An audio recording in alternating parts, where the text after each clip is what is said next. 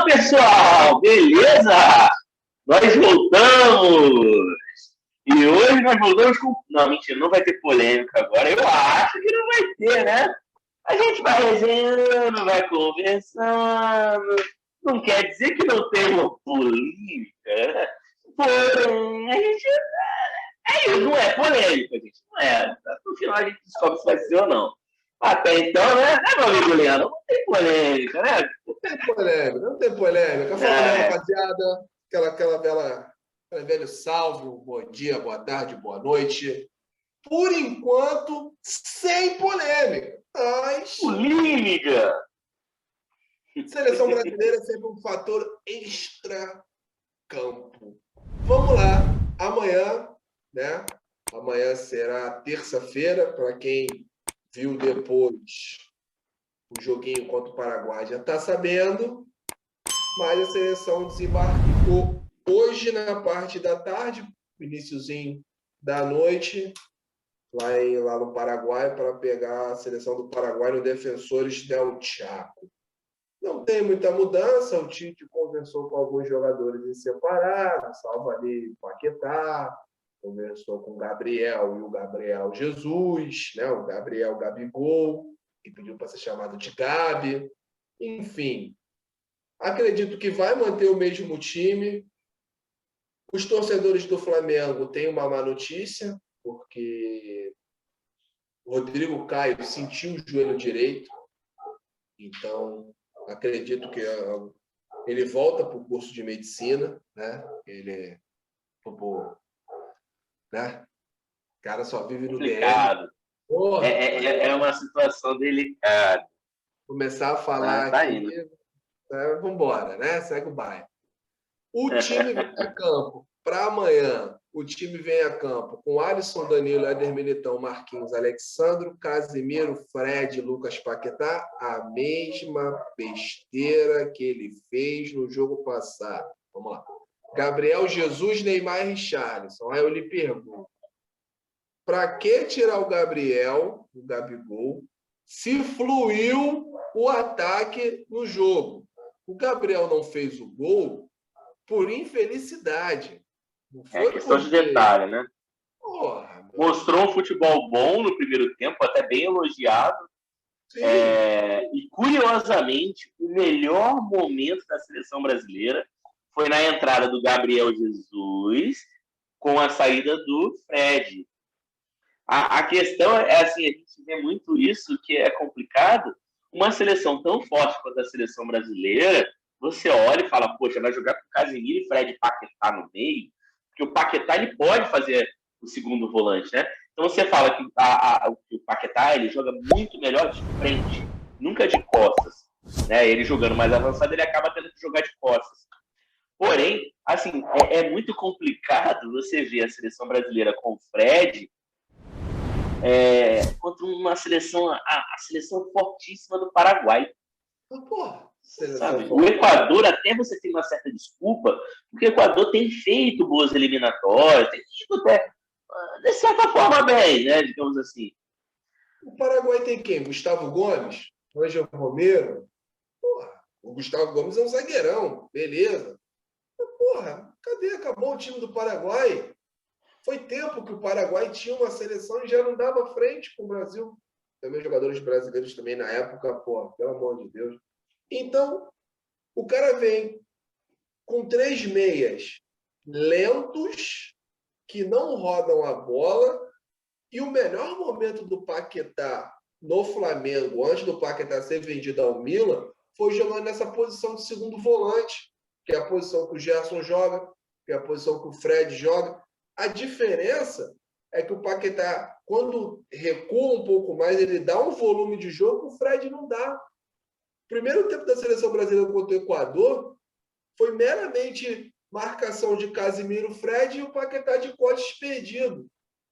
E na ocasião, quem ia sair não era o Fred, mas saiu por conta de cartão. Ele recua o Paquetá e o Paquetá ele dá uma melhor distribuição de jogo. Tanto é que o primeiro gol da seleção brasileira acontece no pé do Paquetá. Ele inicia a jogada por Neymar, Neymar dá essa segunda esticada e o Richarlison bota para dentro do gol. O goleirão ajudou? Ajudou. Mas eu não estou aqui para falar do goleiro, estou para falar da evolução na rodagem de bola. Com Fred e Casemiro não tem esse volume de jogo. O Gabriel Jesus entrou, deu uma dinâmica melhor, o Neymar recuou para a meia, e aí ele conseguiu, de repente, desenvolver um futebol, porque ele tem 3 atacantes tecnicamente rápidos, e ele, o quarto homem, com essa velocidade, e um passe mais acalorado. Ele tem um melhor passe. Então, se ele joga por trás dessa linha, que ele poderia colocar o Gabriel Jesus para entrar, mas que ele tirasse o Fred e recuasse o Neymar. Eu não sei que medo é esse de você vir com 2 volantes. Cara, larga um volante, deixa um volante só, deixa o Casemiro, recua o Paquetá, bota o Neymar vindo de trás e empurra 3 atacantes rápido. Gabriel Jesus numa ponta, Richarlison na outra e o Gabigol pelo meio. Vamos ver no que vai dar. No ruim de tudo, o Brasil não alavancou, não fez nada. Irmão, tu tá com 4 atacantes na frente. Não tem como a seleção brasileira não fazer um gol. É impossível. Mas o senhor Tite já demonstrou que é medroso, tem medo, como a maioria dos treinadores brasileiros. Vamos ver o que vai arrumar contra o Paraguai. É bem complicado essa... assim, ele se agarrar tanto aos 2 volantes, ainda mais se tratando, né? Você jogar com seleções bem fracas. Assim, eu sei que é difícil julgar o Tite nesse sentido, pelo fato do Tite, ele não... Como é que eu posso dizer? O Tite, ele não... Ele tem mostrado o resultado, tem a melhor defesa, o melhor ataque, e assim, ele vai se aprofundar nessa desculpa, nos resultados dele, vai se escorar nos resultados dele para falar que ele está certo, pronto. Mas assim, não tem agradado nenhum de nós, torcedores do Brasil, sinceramente, mas a gente, infelizmente, tem que conviver. O jogo de sexta não foi um jogo daquele de encher os olhos, foi um jogo, de certa forma, razoável, não posso dizer que foi ruim, principalmente o primeiro tempo, por mais que não tenha saído gols, foi um primeiro tempo interessante, não agitadaço ou da forma que tem que ser, mas foi um primeiro tempo interessante. O segundo tempo melhorou quando o Gabriel Jesus entrou no lugar do Fred, que apesar de ter sido por cartão amarelo, mas foi uma atitude muito boa, né? Tem provado que o Gabriel Jesus joga muito mais quando ele joga pelos lados do que quando ele entra com a obrigação de ser centroavante, né? Então, assim, mostra, sei lá, cara, sinceramente, às vezes mostra o quão a leitura do Tite é esquisita, sabe? Ele, numa cabeça boa, ele olharia, ele falaria assim, olha, poxa, isso que eu fiz deu certo. Foi interessante como contra uma equipe, tecnicamente hoje no cenário sul-americano, uma equipe boa, de certa forma, o Equador, não é aquele, né? Mas beleza. Então, assim, é complicado, ele vai continuar se escorando nisso enquanto ele tiver os resultados, ele vai continuar na seleção enquanto ele tiver esses resultados. Acho que para ele cair hoje, sinceramente, acho que ele só cai na próxima Copa, a não ser que faça um vexame bizarro na Copa América, mas é muito difícil. Provavelmente, por mais que ele venha a ser eliminado na Copa América, eu acho que, sinceramente, não vai ser aquele problema todo. A Copa América ninguém já quer. Então você já entra na cabeça que os jogadores vão entrar já com aquela vontade zero para disputar a Copa América. Então, assim, esperar, ver se vamos orar, rezar para ver se o Tite resolve botar na cabeça dele tornar o futebol mais vistoso do Brasil, mas os resultados estão vindo, né? Eu não acho que é suficiente uma Copa do Mundo, mas dentro do cenário sul-americano vai manter ele porque não tem competitividade. Hoje a seleção mais competitiva, a seleção mais forte depois do Brasil é a Argentina, que está muito mal das pernas. Então, assim, sinceramente, ele vai se manter até a próxima Copa tranquilamente, tá? Mas tranquilamente mesmo. A Argentina que empatou o último jogo contra o Chile, né? Empatou o último jogo. Então, tipo assim, o Brasil chega para jogar contra o Paraguai com 5% de aproveitamento, né? Então, tipo assim, foram 14 gols feitos e apenas 2 sofridos, então a gente tem um saldo de 12 gols. São 5 vitórias em 5 jogos, 15 pontos. O Paraguai, coitado do Paraguai. O Paraguai é o quarto, não está numa campanha ruim, porém está numa campanha que eu acredito que eu não colocaria o Paraguai dentro da classificação da Copa do Mundo. Eu não colocaria. O Paraguai empata com o Uruguai no último jogo. O Paraguai ele tem 1 vitória e 4 empates. Então, porra, time que só empata. Marcou 6 gols, tomou 5, tá com 1 de saldo.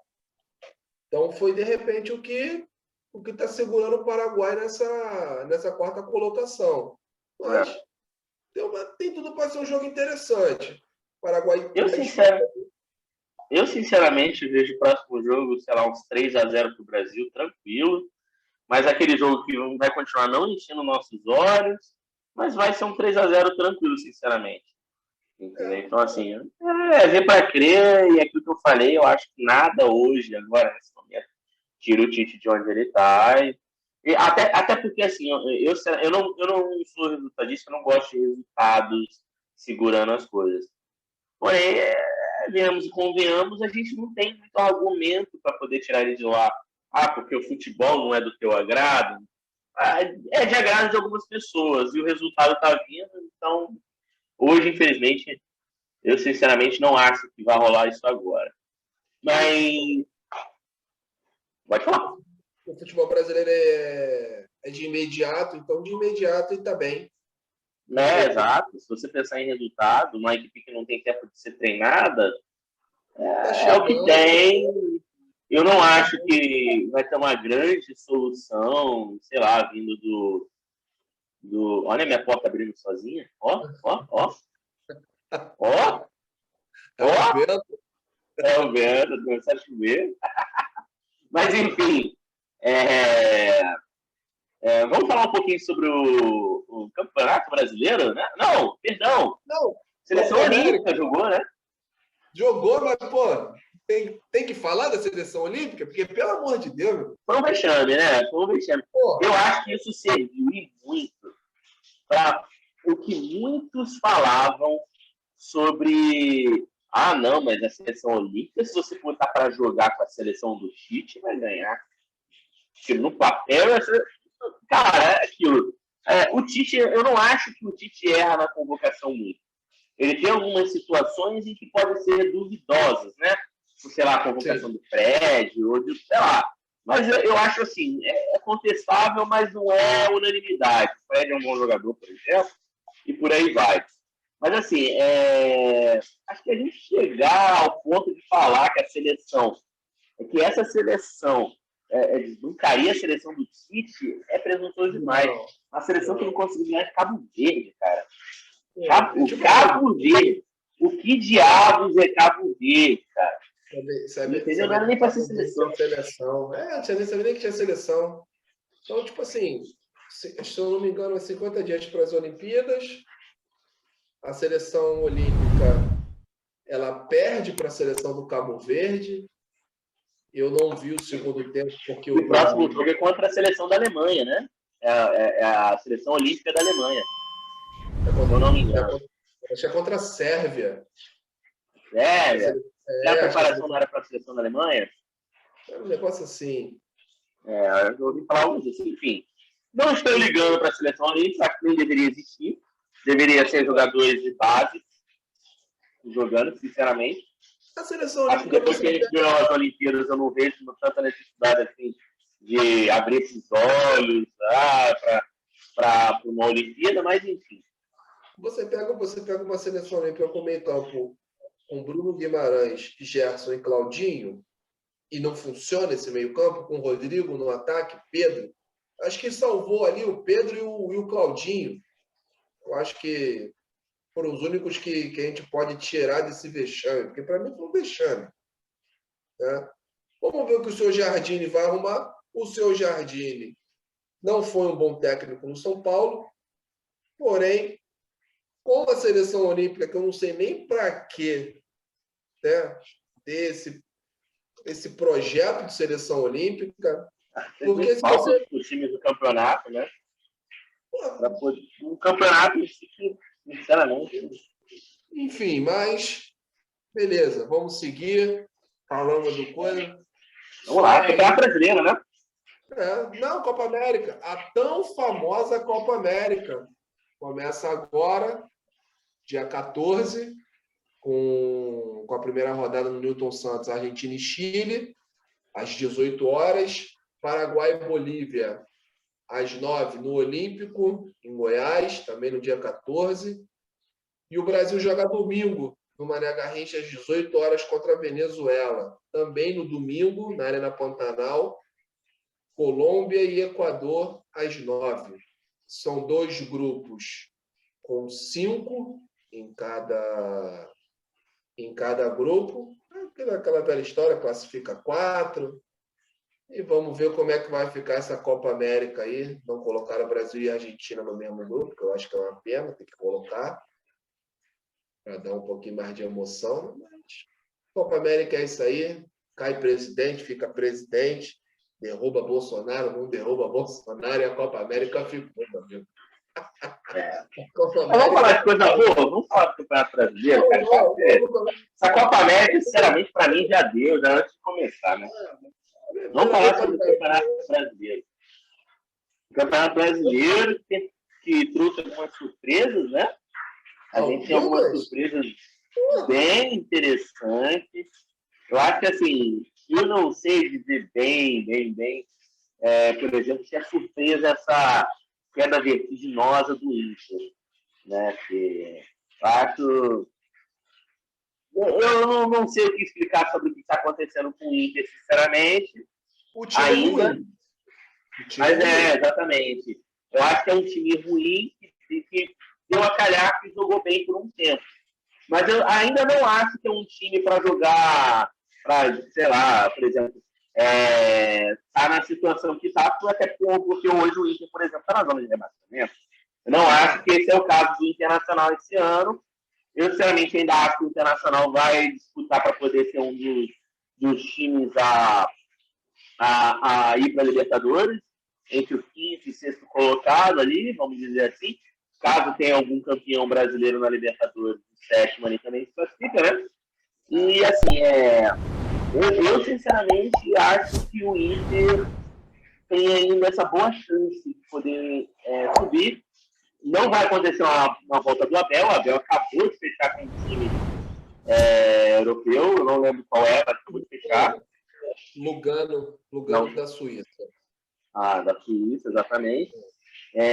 Mas o resultado da última rodada foi realmente um resultado espantoso. 5-1 para o Fortaleza. Um sonoro 5-1. Feio, ridículo. Eu, sinceramente, acho aquele Zé Gabriel ele não funciona tão bem, não funciona bem como zagueiro, porém, como eu cheguei a dizer ontem, eu não achei tanta culpa dele nesse gol contra, e se você for reparar, a bola ela vem rolando bonitinho, quando ela chega perto dele, ela dá aquela que caiu embaixo da canela. Aquela subidinha, né, e a batida na canela matou ele. Ainda junto com a péssima atuação que ele teve. Então, é complicado, né? Eu vi o jogo do Inter pela Copa do Brasil contra o Vitória, e o sistema de jogo do Miguel Hernandes foi simplesmente, no meu ponto de vista, é o que eu falo, não estudei, não tenho curso de CBF, mas o pouquinho que eu rodei no futebol, eu acredito que dê para colocar. O Tyson é o quê? O Tyson é meia, ele é atacante, porque o cara que joga na frente não pode vir buscar a bola dentro da área para fazer rodar jogo. Então, tem 2 volantes. O Tyson é enganador. Eu nunca engoli esse Tyson na seleção em lugar nenhum, sabe? Pra mim, é enganador. Um bom jogador, podemos colocar assim. Um bom jogador. Mas... eu não considero nem bom. Você pode considerar, mas eu não considero. Eu vi um time do Internacional num sono, numa transição de bola mais lenta do que minha tartaruga quando vem comida. Minha tartaruga andando para buscar comida é mais rápido do que aquele time do Internacional. Uma bola que não chega no ataque. Aí, beleza, você tira o Yuri Alberto, coloca o Thiago Galhardo. Mudou alguma coisa? Não. Mudou alguma coisa quando ele tirou o Edenilson e colocou o... Eu estou com o Sarrafiore na cabeça, o Sarrafiore está no Vasco. O Bosquilha. O Bosquilha. Botou o Bosquilha depois de lesão. Foi o que deu uma dinâmica melhor. Eu falei, pô, mas essa dinâmica não é para ser do Tyson? Sinceramente, esse time... Depois da discussão, se não me engano, do Pedro Henrique, né? Não tem muito o que exigir dos jogadores, né? A moral do time está forma baixa, as coisas começam a não funcionar muito bem, realmente. Então, assim, é um jogo para esquecer do Inter, tentar colocar a cabeça no lugar, né? O Cuesta não jogou, é culpado. Chegou a entrar no segundo tempo. Não, ele chegou a entrar no segundo tempo. Ele não jogou no segundo tempo. O titular era Pedro Henrique e Vitor Gabriel. Então, assim, é o time virar essa chave. Eu acho que o começo do Campeonato Brasileiro não quer dizer nada para ninguém. Tanto para o Fortaleza, que hoje é líder, tanto para o Inter, que está na zona de rebaixamento. Hoje, inclusive, a zona de rebaixamento ela é composta pelo Grenal. O Grêmio ele não jogou essa rodada, igualmente ao Flamengo. Né? Então, o Grêmio ele tem esse alento de ter um jogo a menos, mas ainda assim o seu jogo é contra o Flamengo. Joga em casa, na Arena do Grêmio, mas a gente também não sabe quando vai ser esse jogo. Então, lá para frente a gente vai saber como cada time vai estar, para saber como é que vai estar como vai ser esse jogo, né? A gente não tem como falar quem vai ganhar hoje, não tem como. Né? Não tem. Salva a surpresa do campeonato também, nessa segunda rodada, foi os 2-0 do Atlético Goianiense em cima do São Paulo. Eu costumo falar que o que o Big Barroca está fazendo é nada de diferente. Ele joga com 2 linhas de 4, 2 atacantes. Isso quebra qualquer formação, porque é o que você bota, o que você tem para jogar. E o Barroca ele vem de 2 resultados positivos contra o Corinthians e um agora contra o São Paulo. O Crespo já está tomando na cabeça, porque ele vem da derrota da Copa do Brasil por 4 de julho, perde para o Atlético Goianiense e quarta-feira agora retorna a pegar o 4 de julho. Eu sinceramente acho que o Crespo ele foi muito feliz em uma coisa que ele disse lá atrás, que ele dizia que estava muito feliz porque ele pegou um time pronto para ele pelo estilo dele ser semelhante ao estilo do Diniz. E realmente está sendo assim.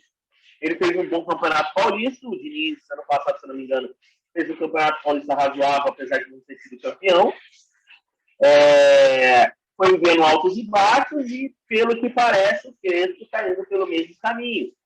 O futebol, às vezes, apresentado é bom, mas, às vezes, apresenta essa gangorra, essa montanha-russa, né, do futebol. E uma coisa que é interessante, que acho que seria engraçado, ano passado, o Atlético Goianiense foi o carrasco dos cariocas, né?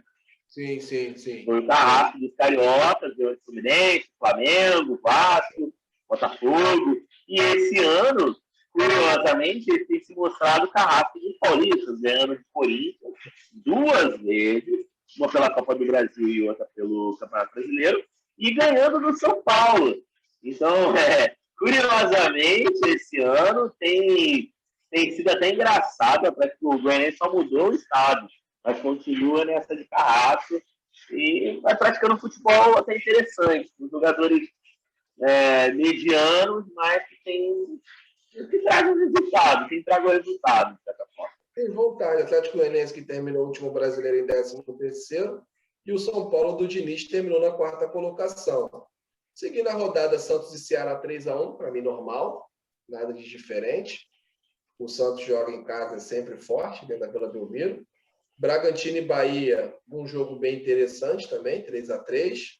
O Bragantino tem se mostrado, no início do último brasileiro, assim que eles subiram, eles se tornaram, vamos colocar, uma média força, fez frente com alguns times, tanto é que permaneceu na Série A, classificou para a Sul-Americana, não seguiu, mas isso é questão de todo time que vem novo, reformulando, ele passa por esse processo.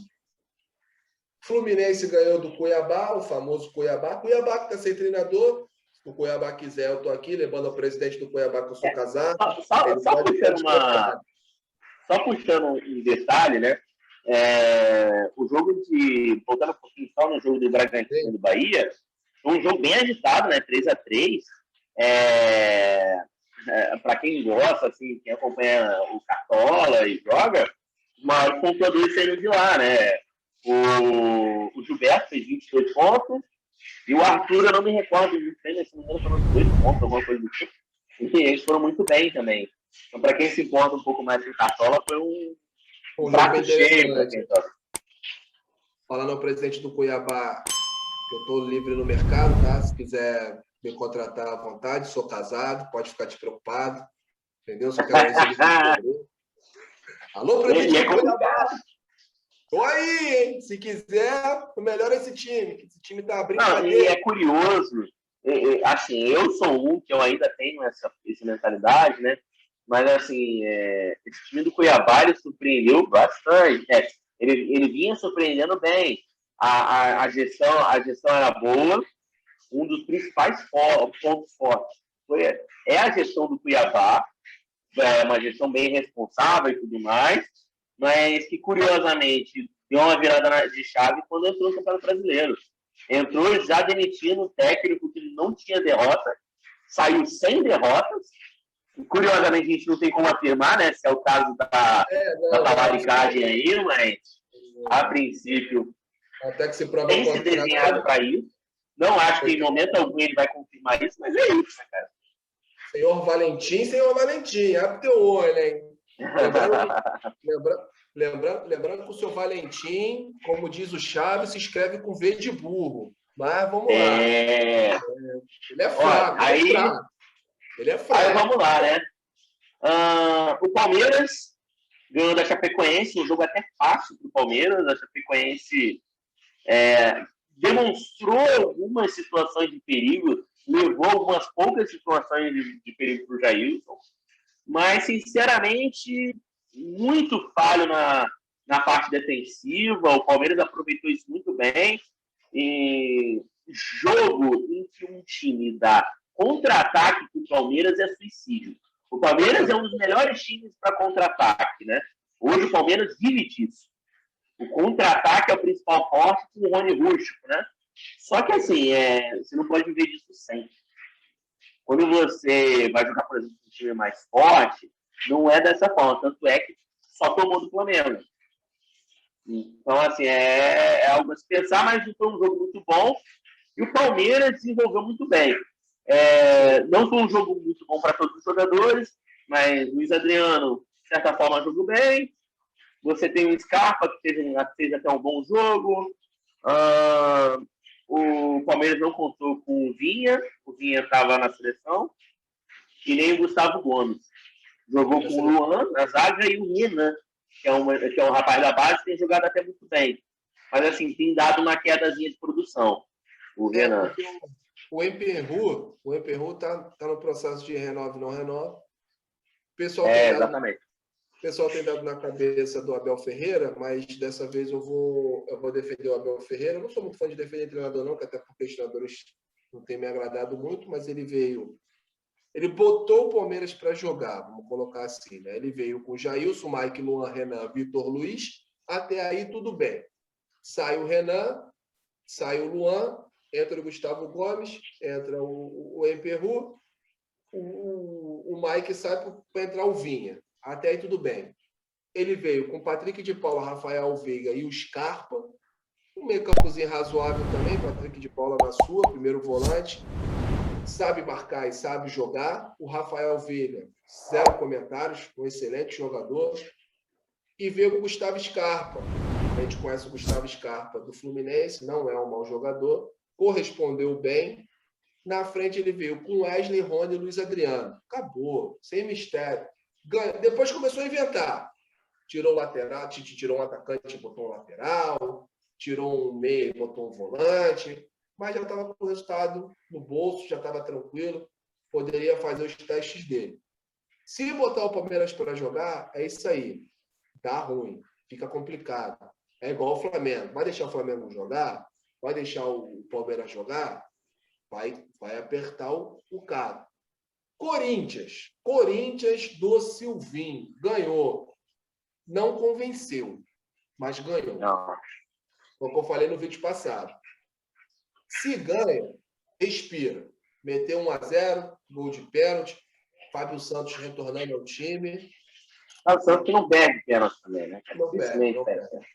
Do lado do Gabriel, para mim, um dos melhores batedores de faltas na atualidade no Brasil. Então, o Silvinho parou de inventar 3 zagueiros, parou de inventar volante, parou de inventar 2 linhas de 4. A única invenção, que eu acredito que não seja invenção, mas foi ter colocado o Luan de falso 9, porém deu certo. Né? Teve uma... Aí eu, sinceramente, Luan para mim não dá mais. O Valdir morreu há muito tempo, tá? Bem complicado isso. É muito complicado o que ele tem apresentado no futebol. Deixa eu só agora, só para puxar aqui, teve o último jogo também, que a gente estava antes que a gente termine aqui, né? Nessa parte do Brasileirão. Teve o jogo de 1-0 que o Atlético ganhou, com o gol do Hulk. Hulk, que tem jogado não muito bem na posição dele, mas fora de posição que é de centroavante agora, ele tem jogado muito bem. Né? Ele tem desempenhado um belo papel como centroavante. O gol de ontem não foi de centroavante, foi um gol de fora da área, um chute de fora da área, que é uma das especialidades dele quando ele jogava de lado de campo. O que é curioso, né? Mas assim, ele tem desempenhado muito bem, principalmente depois que ele começou a reclamar com o Cuca que ele não estava jogando o suficiente, né? Sem sequência, você não continua, né, cara? Você tem que ter sequência para poder jogar. Pois é, o Campeonato Brasileiro, próxima rodada é só no final de semana, vai bater com a Copa América, mas ninguém está nem aí, eu também não. Então, vamos de Série B agora, né? Série B tem uns resultados interessantes, 5-2 do Guarani no Operário, 2-0 do Goiás sobre o Confiança. Quem está me surpreendendo é o Brusque, recém-subido da Série C. 2 jogos, 2 vitórias, ganhou do Londrina. CSA e Sampaio Corrêa 0-0. O Remo, recém-subido também da Série C, o nosso tradicional Remo, ganhou de 1-0 do Brasil de Pelotas. O nosso querido Botafogo, o Botafogo de Glórias Mil, né? Estrela solitária, 2-0 em cima do Coritiba. Não lembrando que o Botafogo, nessas 2 rodadas, foi o único grande rebaixado, o único grande realmente que está aí dentro, né? Se a gente considerar os grandes, Botafogo, Vasco e Cruzeiro, foi o único a vencer no campeonato com 2 rodadas, não só nessa rodada, como em 2 rodadas foi o único a vencer. Verdade, verdade. Botafogo que tem uma vitória e um empate, está na 4ª colocação até o atual momento. Anunciou Rafael Moura, né? O He-Man. Não sei se é uma boa, não sei. Tem o Chay tem se adaptado bem ao estilo de jogo do Botafogo, né? Ao estilo de jogo de chamusca. É um jogador interessante, apesar dos seus 30 anos.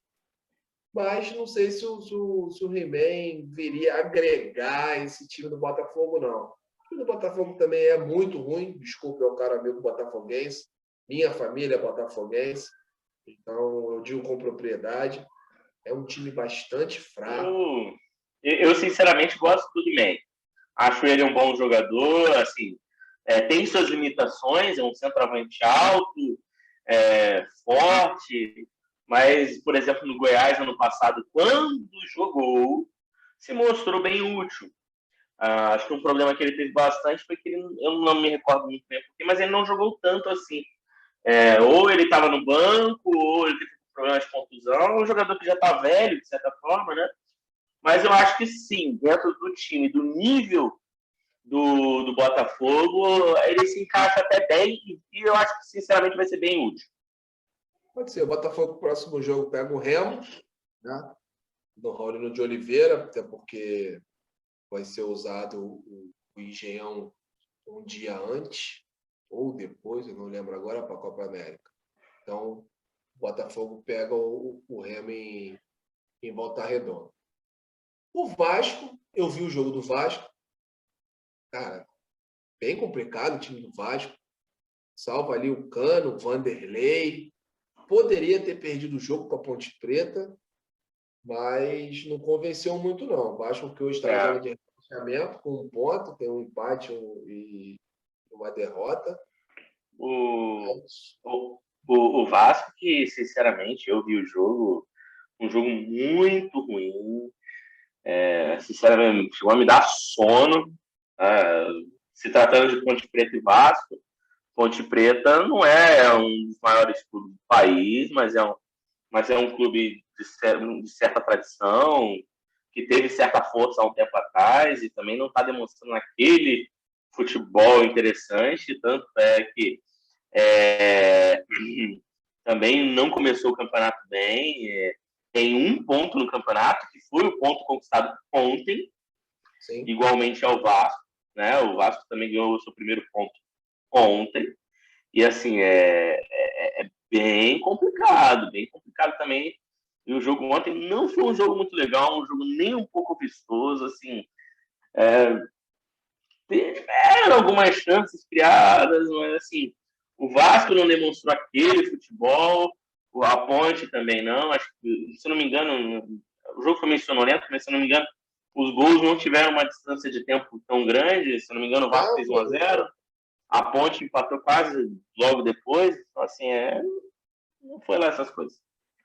O Vasco que pega o Brasil de Pelotas, né, em Bento Freitas, no sábado, dia 12, às 19 horas. O Brasil de Pelotas vem de derrota. Não sei se o Brasil tem time para bater de frente com o Vasco. Eu não sei se o Vasco, que não está jogando futebol suficiente para poder estar fazendo frente à Série B. A Série B que é um campeonato covarde, não digo covarde de ruim, mas é um campeonato traiçoeiro. Quando você acordar ou quando você conseguir montar um time, já é tarde.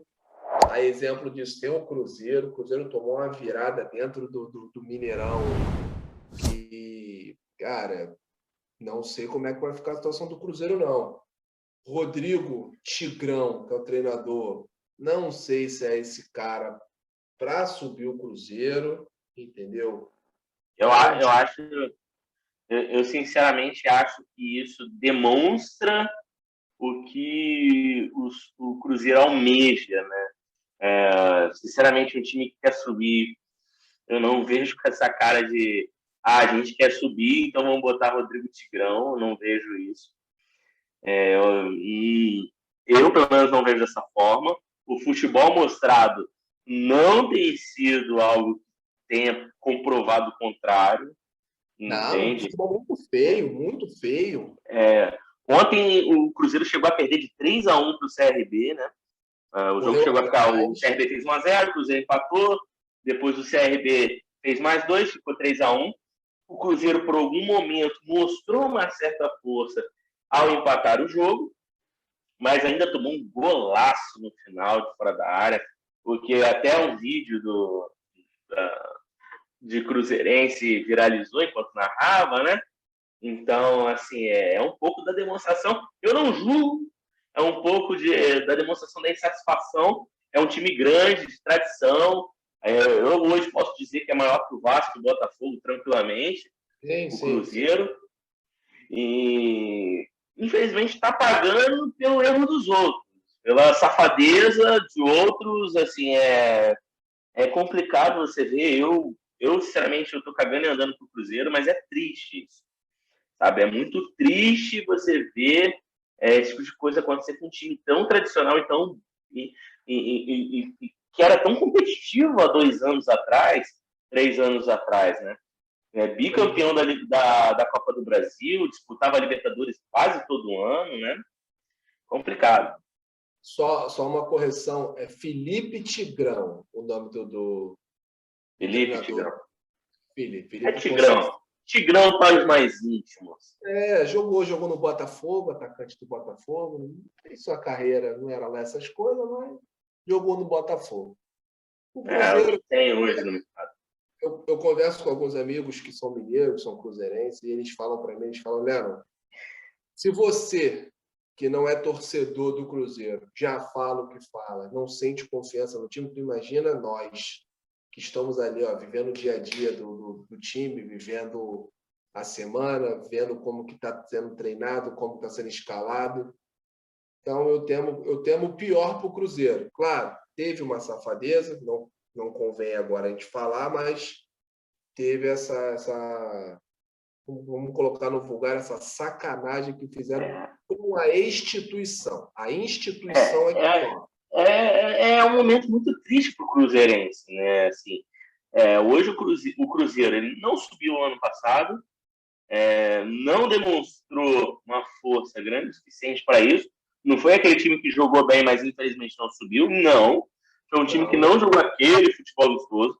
O time desse ano é mais fraco que o do ano passado. O time começou agora o campeonato com 2 derrotas, é o último colocado, não tem nenhum ponto. Tomou 7 gols em 2 jogos. Um time que me toma 7 gols em 2 jogos tem algo de muito preocupante nisso. Tomou 4 gols num jogo e 3 no outro. É complicado.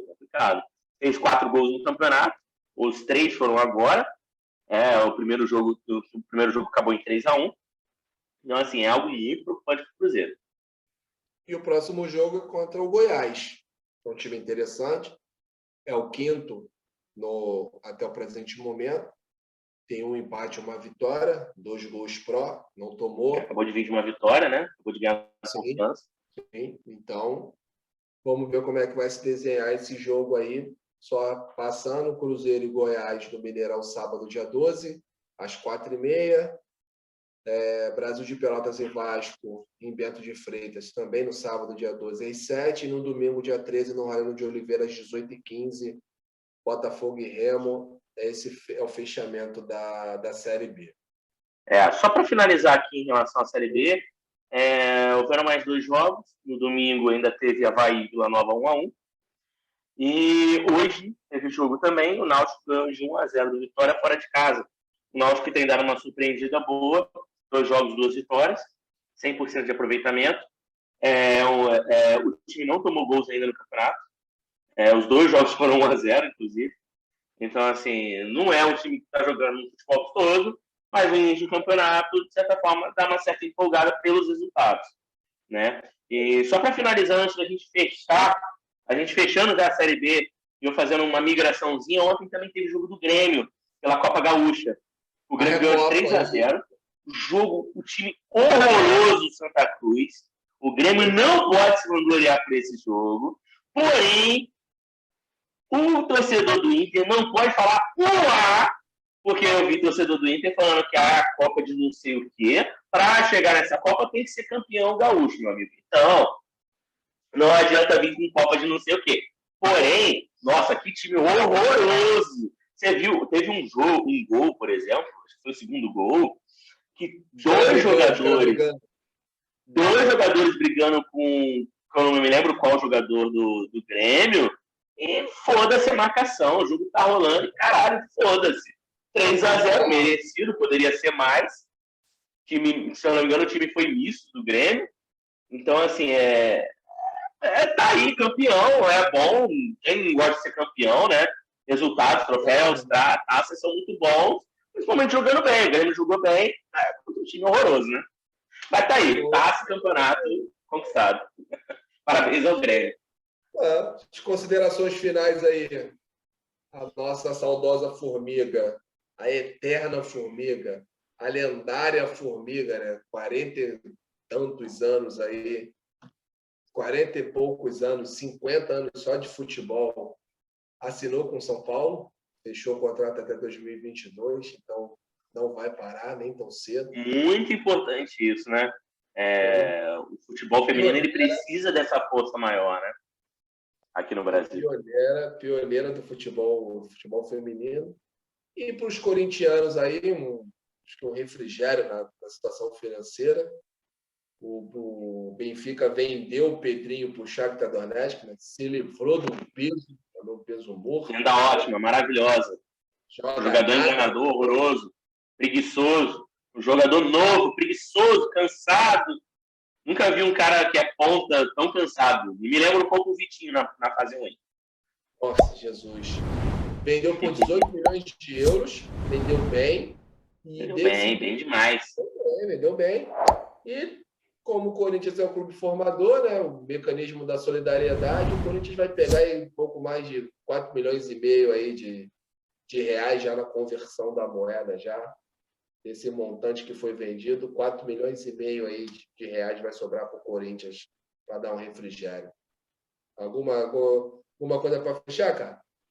Só para fechar aqui sobre a Série B, né? Só voltando, já que a gente acabou de falar da Série B, o Curitiba acionou no STJD pedindo a impugnação do jogo contra o Botafogo. Tá? Não concordou com algumas atitudes do árbitro. O árbitro era o Delson Fernando Freitas da Silva. Não concorda com a marcação do pênalti do Botafogo e mais algumas outras coisas. Então, assim, não vai dar em nada, igual nenhum outro deu até hoje, mas fica aí a informação do que ocorreu, né? Só para a gente fechar agora uma outra situação, tem a negociação do Gerson, né? O Gerson que, enfim, assinou com o Olympique de Marseille. A gente ainda não tem 100% das informações da transação em relação ao contrato nem nada, mas a ideia é que isso foi passada, tudo que as informações que pelo menos eu tenho até agora foi em torno de 160 milhões, um valor muito bom. O Flamengo pagou em torno de 48, 49 milhões por ele. O Flamengo ainda tem alguns bônus a receber além dos 160 milhões, fora, isso ainda não sei se está confirmado, mas eu vi algumas notícias, falando que o Flamengo ainda preservou um percentual entre 20% e 25% dele de uma futura venda. Então, assim, foi uma baita jogada. A perda técnica foi absurda. É muito complicado você perder um jogador desse. É imensurável. Eu sou daqueles que tem um pensamento assim, eu acho que sim, foi uma perda muito grande. Só que eu acho que hoje, dentro dos jogadores titulares do Flamengo, acho que ele pode ter sido a menor perda possível. Eu ainda acho que, mesmo não jogando ainda no melhor nível, o Everton Ribeiro seria uma perda muito grande.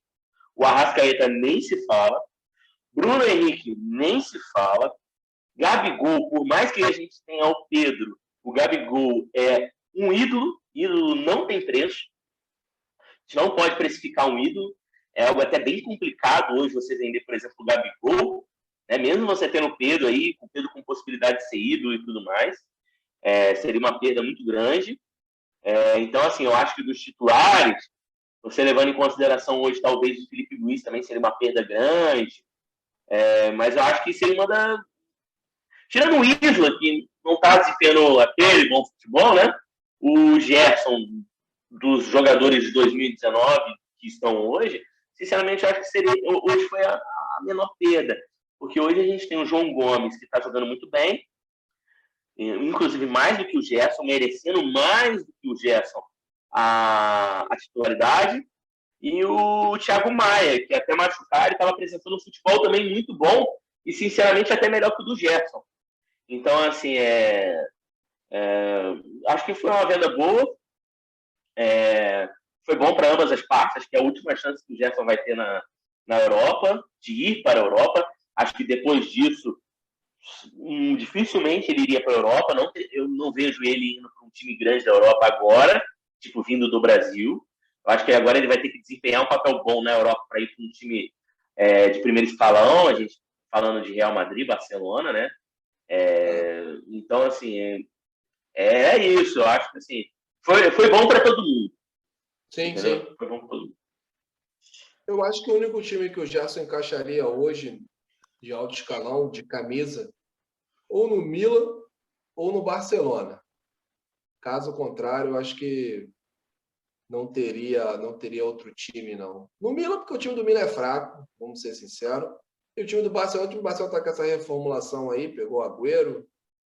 Vamos ver o que o Barcelona manteve o Koeman que está atrás do Memphis Depay, que, enfim, se eu começar a falar aqui, a gente não finaliza. O futebol italiano, eu não sei se ainda seria uma boa para ele. É um futebol muito pegado, sabe? É diferente a gente falar. Eu poderia ver ele com bons olhos no time da Alemanha, um Bayern, por exemplo. Eu não acho que ele desempenharia mal jogar num Bayern, não. Entendeu? Eu não sei como é que seria em relação à transição dele lá, mas acho que seria uma boa opção também num Bayern da vida, num Borussia. Mas vamos ver como é que vai ser no Olympique. Primeiro ele tem que desempenhar um papel bom no Olympique para poder almejar ir para qualquer um desses clubes maiores. É isso aí. Então, minha rapaziada, esse foi o vídeo de hoje, sem polêmica, mas trazendo um pouquinho do futebol aí, mundial, futebol campeonato brasileiro, trazendo um pouquinho, a gente sempre pede, curte, comenta, compartilha, se não ativou o sininho, ativa. Rapaziada, um grande abraço. Carlos, considerações finais aí, meu amigo. Estamos aí. Nunca se esqueçam, assim, a gente está aqui, nós não somos regra para nada, nós não somos professores de nada, nós estamos aqui para conversar, para trocar uma ideia boa, trazer a nossa opinião e, se Deus quiser, ouvir a opinião de vocês sempre muito bem respeitosa e ler nos comentários aí, vocês podem ficar à vontade em relação à concordância do que foi dito sobre o Gerson, sobre o Cruzeiro, seja lá o que a gente tenha falado.